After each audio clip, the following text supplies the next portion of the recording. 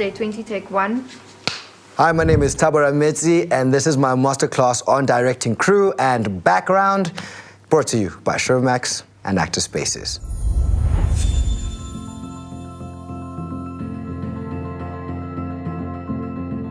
Okay, so you're a hotshot young director, and you've got a hotshot producer. You guys have found a great story, created an amazing treatment, and shopped it around. And finally, one of the broadcasters has signed up for your idea. Now you've got some budgets, now you've got your idea, and you've got the perfect cast. So what do you need? You need a really good crew. I mean, a really good crew. So how do you find a good crew? Well, hopefully you've got a really good line producer who can find for you the people who are best. But what's important about getting a good crew is getting synergy. Not just people who are experienced, who have the skill set that you need, but you also need to have a good energy based on them. That's why a lot of directors usually have interviews with crew members. Why? You're going to be in war. Film is war. You're in the trenches, it's ugly, it's sweaty, sometimes we swear at each other. You need to be with people you can stomach for a while under very strenuous circumstances. So make sure whoever you bring onto your crew is really energetically aligned with you. It's okay, you can have some fiery characters because you need some fiery characters. You can have some chill characters because you need some chill characters. But you can't have people who are too relaxed and you can't have people who are too intense. Find balance in who you bring in. So you get your cinematographer. I suggest with any director, find a really good cinematographer. Someone who understands not just the technology, but also has a beautiful visual eye. Make sure everyone is a storyteller. And how do you get the people right and exactly know who the storytellers are?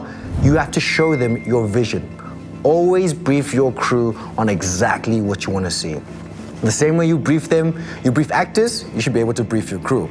So get your cinematographer, get your lighting department, your entire camera department, your sound, your makeup, your wardrobe, your production design, all on the same version of what you want to create. So if you want to create a big dramatic masterpiece that's pre-colonial with great set pieces, make sure everyone has seen your reference information. So your treatments, your pictures, your images, make sure they know everything, what you are trying to accomplish. And make sure those people are in the same energy vibe. They like this story, they connect with the story. They're not just here for a paycheck, because we don't really get paid that well. So it's never worth it.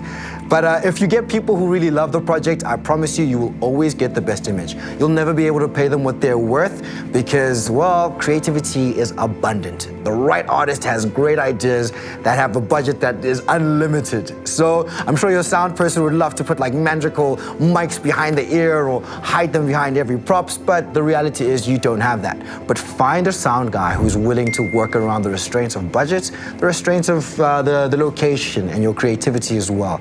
That's so important. As a director, it's so key to understand a little bit about each department. You don't have to know every single lens. You don't have to know exactly what the camera does. Quentin Tarantino famously once said he shot his first movie without knowing a single lens size. You don't need to know that. But if you've got the right cinematographer, he's not gonna throw you to the wolves just because you don't know that this is a 50 or whatever. Just show them like, I want something like this. A great way to do that is get pictures. If you've seen another movie before, get a screen grab of that movie, show your cinematographer, hey, I wanna recreate this. And to be honest with you, most films are created just from recreating other shots from other movies, and you'll be just fine. So trust me, watch movies, and listen and consume a lot of art. A lot of people also take things like paintings or modern sculpted pieces or plays and try to recreate them in film. That's actually how you get away with looking like a creative genius. You just steal from really good people.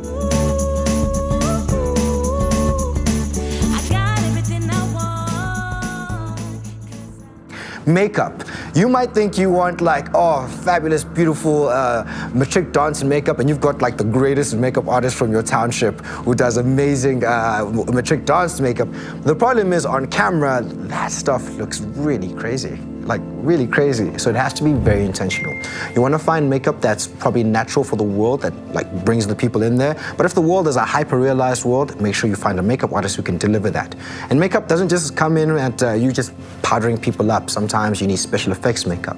Things like blood or cool like features, eyes, green eyes, long hair. Make sure you find a makeup artist who's capable of doing that. Because if that looks bad, to be honest, the whole movie looks bad, right? And then make sure you have a good producer with you. A good producer is there to set out fires for you. That's so important. We have so many different people from so many different backgrounds, economic, education levels, you name it, and they're all doing something that they specialize in. These are usually experts in their field. So you'll find somebody who's been sewing clothes for maybe 20 to 30 years, now they're in the wardrobe department. That person has so much expertise about materials and textiles, and you as a director, you depend heavily on them. You might want a sofa or a couch to look a certain specific way to bring out color and speak about the message of the scene. You need to make sure your wardrobe department is on key. They know exactly what you're looking for. And it's just about you directing. You're literally pulling energies from people who know more than you about something and centralizing that idea into one great image. Now, you don't want to confuse your audience because they shouldn't have to care about the textures or the deepness of this thing or the sound or etc. That's not their job. Their job is to be totally immersed, and your job is to make sure that they are immersed. If your audience is focusing on art direction or set or whatever, you've probably failed at your job. They need to be engulfed and immersed in story. And that's why you have these other storytellers around you to help you doing that. You also need a problem-solving producer. That's a very key element. A producer shouldn't go around shouting and screaming at people. People should come with problems and they should be able to help them solve them. So for example, we were shooting this scene just previously now, and we had a fridge running in the background causing noise every time I spoke. We had to go speak to the building managers to find someone who specializes in that specific department who switches off those fridges. Now we could have scrapped the whole scene and moved this whole location to a place that had complete silence. However, that would have cost us time. But we had a producer who was capable and solve the problem. And that's exactly what you need. You need problem solvers and you need a crew that's understanding and on your side. Even if we go over a little bit, you know that they're with you, like, no, they understand. You need that. And it goes as well with your background artist. Yes, you've cast the perfect actors. You've got your A-list actors that are not only going to draw a crowd in for you, but also deliver and sell your story. But are they going to act alone? No, because you need your actors to go to a mall. You need them to go to a park to watch a concert.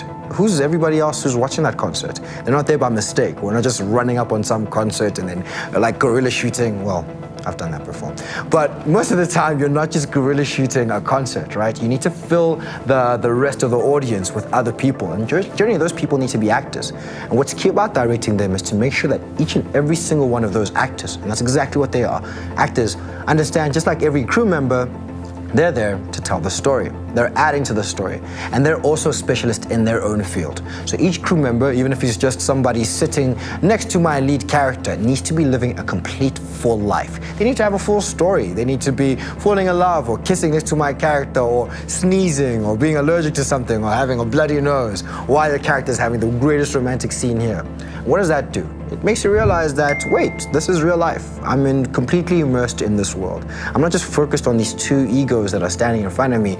No, I'm in their world, not just in their space. And that's so